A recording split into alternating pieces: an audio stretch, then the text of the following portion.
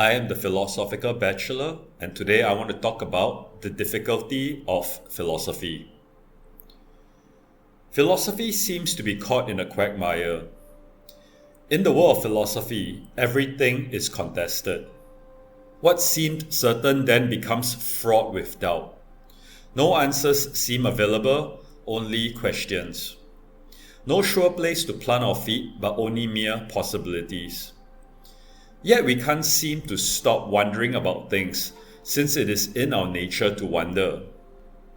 Our best thinkers relentlessly come up with theories, only to have them attacked from every angle.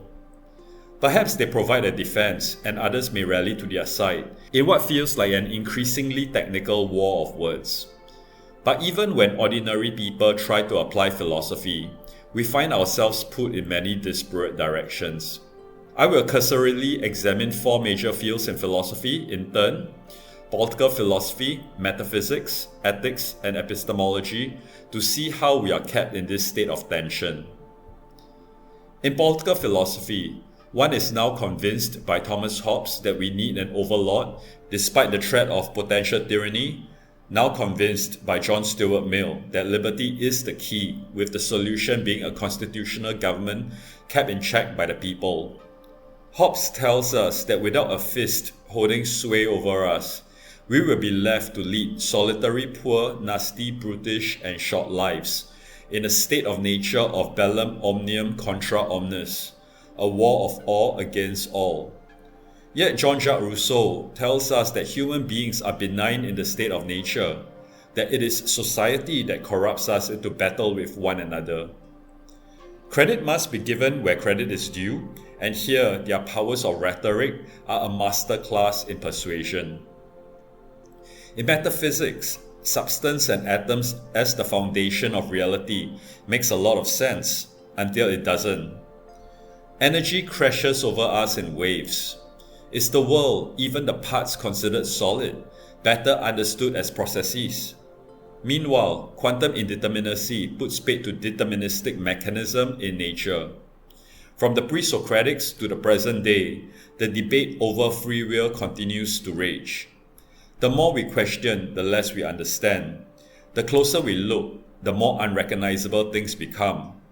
We thought we had understood love, justice, beauty, time, space, and matter, but when we put our minds to trying to explain what they are, their ontology, we realize they are familiar only at a distance.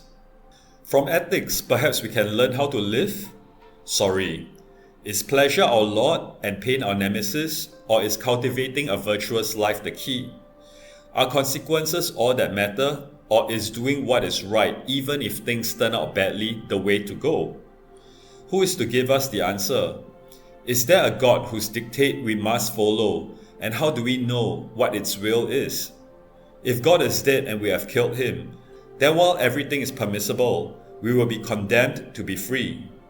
How can we bear the weight of our responsibility for the world? To whom shall we turn to know what to do? Where can we find comfort when we are cast into space, thrown into a state of being for which nothing is essential, where we then have to invent our essence? Is there an afterlife, be it a return to the Platonic realm of forms, a heaven and a hell, a karmic reincarnation, or is this present life all that there is? Is the universe teleological, or is there in fact no purpose other than the ones we give ourselves?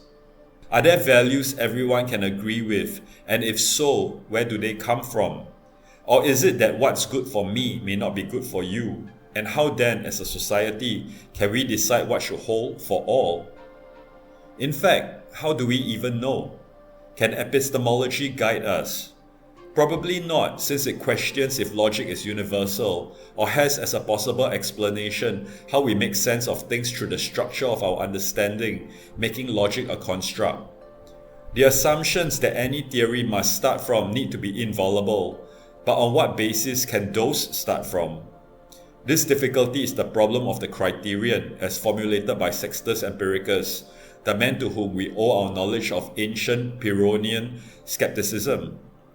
Is his solution of complete skepticism the same conclusion more or less that the postmodern philosophers also arrived at? The answer: The Pyrrhonian argument in brief is that competing theories seem to be valid, but yet they cannot all be right. Hence, short of irrefutable evidence, we should remain skeptical. Pyrrhonian skepticism does seem to be a fair and reasonable approach, making it an attractive option, but it renders philosophy impotent in self-defeat, losing all power as guidance for the good life. The less contemplative alternatives, such as might is right or following our base instincts, are arguably worse. Before we leave the thread on assumptions, as theorists, we must also be clear what our assumptions are. The worst ones are the assumptions we do not even realize we have. The difficult first step is to realize what they even are so we can make the important next step to argue whether they are valid. Different base assumptions render different theories, which in short is the history of thought. Baruch Spinoza built a fantastic edifice seemingly unimpeachable based on geometric proofs. But what he cannot do is to prove his axioms, which are the basis for his proofs. This same weakness afflicts geometry itself, mathematics at large, and regrettably all of knowledge really.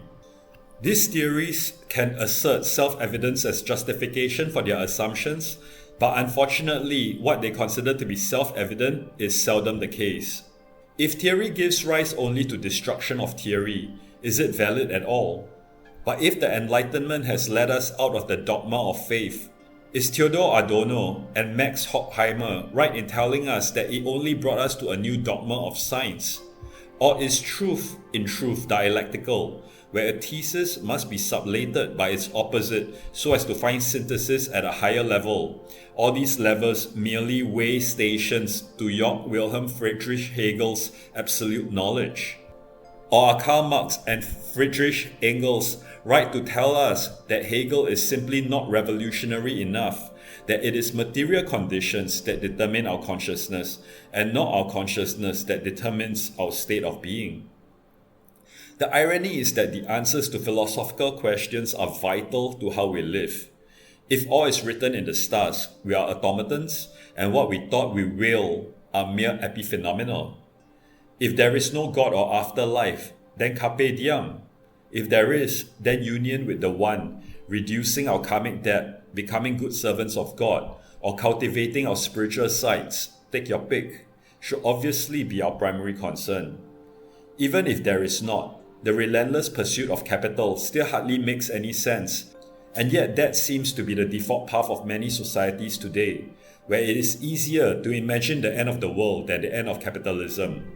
But without the security of having our basic needs met, wherein lies the mental space to think higher thoughts? But without such thinking, what differentiates the Homo sapien, the wise human, from beasts? Philosophy is important, but what can one do since the philosophic space seems to be a chaotic playground full of bickering children? If so, why should we pay attention? Or worse, participate? Should we turn away in exasperation? Or worse, disgust? First of all, I think a seeker after the truth, be she a philosopher or a layman, needs to realize that the questions that philosophy deal in are difficult ones. It is precisely questions that have no clear-cut, straightforward answers that are the domain of philosophy. With such questions, surely we cannot expect simple answers. In metaphysics, we can reasonably expect any answer to apply universally, since it is the study of reality, which is common not just for you and me, but for anything whatsoever. Yet, even for metaphysics, as the leading theories in other fields change, I dare not call it progress, philosophers may have to also update their thinking. I have already alluded to how process may be a more suitable way to understand the nature of reality as opposed to a substance metaphysics, ever since we come to understand concepts such as energy, fields, and waves, which are flows rather than concrete objects. Hence, the relatively recent discoveries of quantum mechanics, which posit fundamental particles dualistically as both objects and quanta, or waves of energy, further buttress the need to shift our discourse towards a language of process, hard as it may be. In other more humanistic fields of philosophy, such as political philosophy and ethics, it is even more imperative to reconsider what we may have accepted to be infallible norms. The tides of history await no man and demand that we rethink and challenge conventions that may have outlived their usefulness. We have already seen this happen many times. Slavery, feudal aristocracies sustained by slavery, class discrimination, racism, sexism, colonialism, and discrimination against homosexuals are based on conventions that have become not just outmoded, but condemned by our collective conscience as plain wrong and perhaps even evil. Human rights are at the forefront of the discourse and political thinking today, becoming the measure by which we understand justice. Our notions of power and control, who gets to vote, and of resistance are shaped by the struggles of those before us. The dangers we face today in some cases are new. Climate change, the risk of nuclear annihilation, the threat of artificial intelligence to our way of life and the economy, and the threat of capitalism to further undermine what we value as people, just to name a few. The struggle is real and continues. Since the fight has changed in its form, philosophical theories have to likewise evolve to meet our emerging demands. Yet there is much to learn from the works of the past, even from thousands of years ago. In some ways, human beings have changed, but in many ways, we are much the same as we were then. We still want to be loved, to be understood, to grow intellectually and spiritually, to be free, to have peace and security in order to pursue our own interests, with the need to balance such pursuits without hurting the collective too much. The cultural shift towards greater individualism at the expense of collectivism needs to be taken into account. How societies should be organized remains as vital a question as ever before. But yet we must recognize that there is ambiguity in any answer theory can furnish. Reform versus revolution, nationalism versus globalism, the profit motive versus greater equality, bread and butter issues versus fulfilling the ideals of individuals and society, security versus a police state are just some of the contemporary antinomies faced by many societies. There seems no clear way to go, no clear point of balance and compromise. Instead, we have a lot of complexity in what seems like a badly tangled ball of knots, as there will be winners and losers in any policy formulation. Whether democracy in the form of the ballot box is up to the job of arbitrating these matters remains questionable. Whether truth and justice shall finally prevail remains to be seen. In the midst of all this ambiguity and complexity, we need to remember what philosophy at its most fundamental means. Philo is friendly love and Sophia is wisdom. Such a love or friendship of wisdom never promised a bed of roses, or in this case, open and shut answers by which everything is reduced to a definitive equation, requiring no further thinking or judgment. Philosophy is not a love of knowledge, but of wisdom. Knowledge and wisdom are not the same thing. We may have all the facts, which is knowledge, but we still have to decide what is best and whom does it serve. That is the domain of wisdom. And sometimes how we decide requires discourse. A static understanding of ourselves and our world may not be adequate. We may need to find out what others, both philosophers and non-philosophers, think or have thought about the matters we are concerned with. In some matters, for instance the question of free will, the literature is so voluminous that one will be hard-pressed to consider it all. We may have to refer to, if not defer to, specialists, scholars, and experts. But in some matters, using the same example of free will, we already intuitively know the answer, but no less need to find reasons and theories, even bad ones, in order to really think through them. Of course, discourse does not happen merely in academia. The mass media of newspapers and television used to be the modern-day agora. Today, it may be social media where discourse runs rampant and unmediated, making the task one of picking up a few gems by wading through a massive pile of crap. Even putting aside the dubious value of social media, discourse is still threatened to be captured by powerful lobbies and interests. With standards of truth in doubt, the democratic participation of individuals is threatened, since without understanding the facts, how can one decide properly? This essay is not meant to be a lament. How we want ourselves, our society, and the world to be remains up to us. What that means is that we need to figure out how we want things to be. As individuals, we can change ourselves, which already has some aggregated effect, however minor, on our societies. Those who work on the societal and global level, such as politicians, policy workers, business executives, but also teachers, intellectuals, artists, and musicians, can and do make an impact. Fields within philosophy, such as politics, ethics, philosophical anthropology, philosophy of science, philosophy of technology, and the philosophies examining the specific sciences, can inform thinking on such matters. But do not be mistaken that fields such as metaphysics and epistemology have nothing to contribute to our self-understanding. For metaphysics, the nature of reality implicates how things are and thus how we should act accordingly. For epistemology, what knowledge is implicates how we can know the truth, which informs our response. I want to conclude by focusing specifically on the difficulty of philosophy for philosophers, though others may resonate with it also. The confusion that faces the layman regarding philosophical issues is not alleviated for philosophers. I suspect our anxiety may be even worse, since the more we know, we realize that there is even more to know. Even to merely read, no less master what has already been written before us, may take multiple lifetimes. The task is enormous, with thousands of years of inquiry behind us by the most brilliant minds, no less. Yet I do not think that the work of philosophy is anywhere close to done, with much left to think through. Those willing to try will require boatloads of patience and humility. In addition, as aforementioned, as things change, new thinking is needed to make sense of the changes. I am with Marx on how the process of inquiry does not end. There is no absolute knowledge that we can reach, after which there is no more to think about, where we can just sit and marvel at knowledge's completion. The work of philosophy is not only unfinished, it cannot be finished. It can only be continued.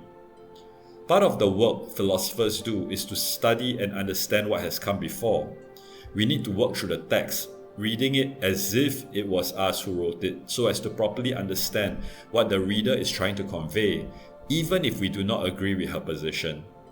We must try to put aside our preconceptions and prejudices, justified as we may think them to be. This is harder than it sounds, requiring an incisive clearness of thinking to cut through the morass of what we may not even realize we have taken for granted. We may need to think through it, figuring out where we stand in relation to it and why we agree or disagree. Because there is so much material already existing, we also must be patient in our study, a necessary part of the process, though we have to also realize that study is not the entire process. What I suspect to be even more pertinent than study is creation. It is one thing to watch TV, another to act on TV. One thing to listen to jazz, another to be performing jazz. The same goes for philosophy. Learning all that we can about philosophy and its specificities are good, but at one point, learning needs to take a backseat, since learning is not for its own sake, but for the sake of bringing things further. Reading and studying is hard work, but thinking is even harder. Besides, when we write, teach, and create, we improve our understanding, since we have to clarify the ideas, both existing and new, to ourselves first, before we can share them with anyone. Analysis of someone else's ideas, synthesis of several ideas from several thinkers, and creation of our own original ideas constitute the work cycle. This cycle is not linear.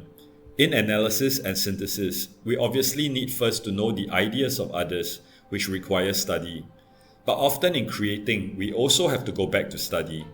Sometimes in studying, we have to also pen down our thoughts and do some synthesis. By thinking, we need to figure out what to think about and then to do the thinking. And to do that thinking may involve deep contemplation. It may involve applying someone else's framework or looking through someone else's theoretical lens at something that is happening in the world. But it can be doing something altogether novel also. Then we need to write it down. Writing itself is also an act of thinking, since new thoughts and ideas come while we are writing. In addition, while academic writing requires a certain style and form, if we look at the history of philosophy, there really is no fixed way.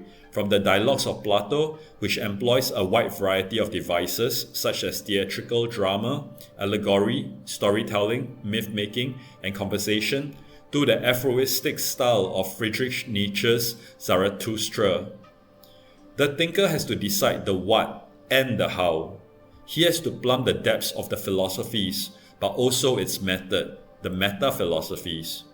There is a lot to work through. But how do we make up our minds on what appears to be undecided? Do we or don't we have free will? Process or substance metaphysics? Is all we see merely illusory only in our minds? Is there or is there not a God? I suppose one way or another, on a topic we have been working hard on, we inevitably end up taking a position. It probably will be influenced by a combination of our personal value system, our other beliefs, whether or not they are justified, and our study and subsequent judgment of the various positions, though such study may in fact play a minor role. For instance, in my case, the arguments for determinism are pretty convincing and epistemically simpler, but I cannot quite believe that we do not have free will, since I think, justifiably or not, that we are masters of our own destiny. The burden of proof remains on the side of those who posit what is counterintuitive. Nonetheless, we need not be dogmatic. When the facts change, we likewise have to change. Remaining open to possibilities is part of the duties of the lover, the friend of wisdom. We also have to realize that not all questions are intellectual ones. Matters of the heart cannot be adequately explained, but it matters little. Human beings are not just cognitive beings but also emotional ones. In addition, if evidence presents itself, it may put an end to the question.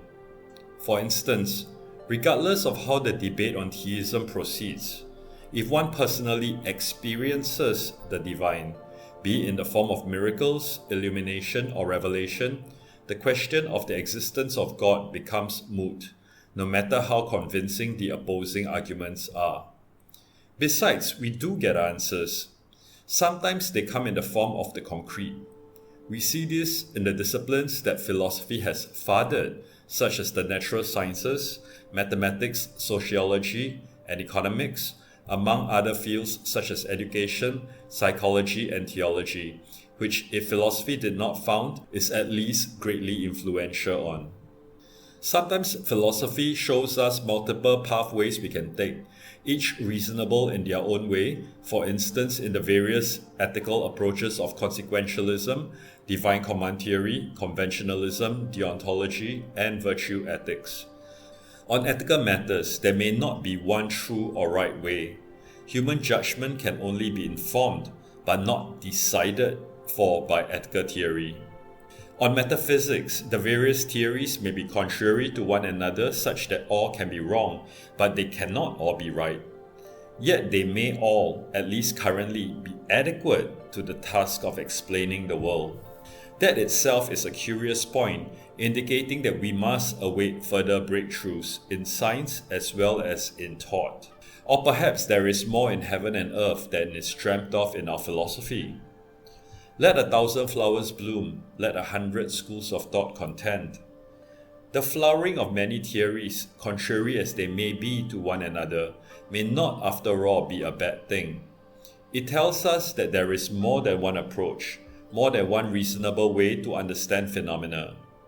Perhaps truth is a discursive process that unfolds, and in humanistic matters, perhaps absolute truthfulness is a wrong standard, since it does not exist, with all that exists just ways that are relatively good or bad.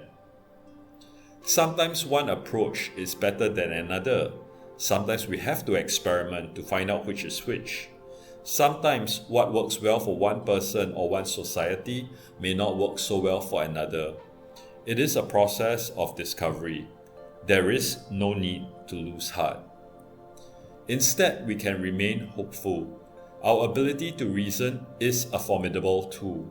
In fact, our difficulties arise because it is so formidable that we find fault even with our best theories. There may be a degree of subjectivity in what we finally come to individually believe, disappointing to those expecting a cold impersonal objectivity. But perhaps that only shows us the inescapable influence of our diverse circumstances, condition, and characters. That there is no one-size-fits-all mechanical solutioning simply points to the vibrancy and complexity of the human condition. Besides, philosophy may also serve, in addition to truth-seeking and finding, simply as therapy or consolation. One of the joys of philosophizing is to figure things out for oneself, be it through study, contemplation, or creation. Philosophy is humankind's collective attempt to tackle the big questions. We draw ideas, knowledge, and inspiration from the attempts of others, and then we try to contribute something worthy to the enormous dialogue straddling time and space. We commune across geographies with past masters and mistresses to give future thinkers material to chew over so that they then in turn may also contribute to the edifice of this grand enterprise. Thank you for listening to the Philosophical Bachelor.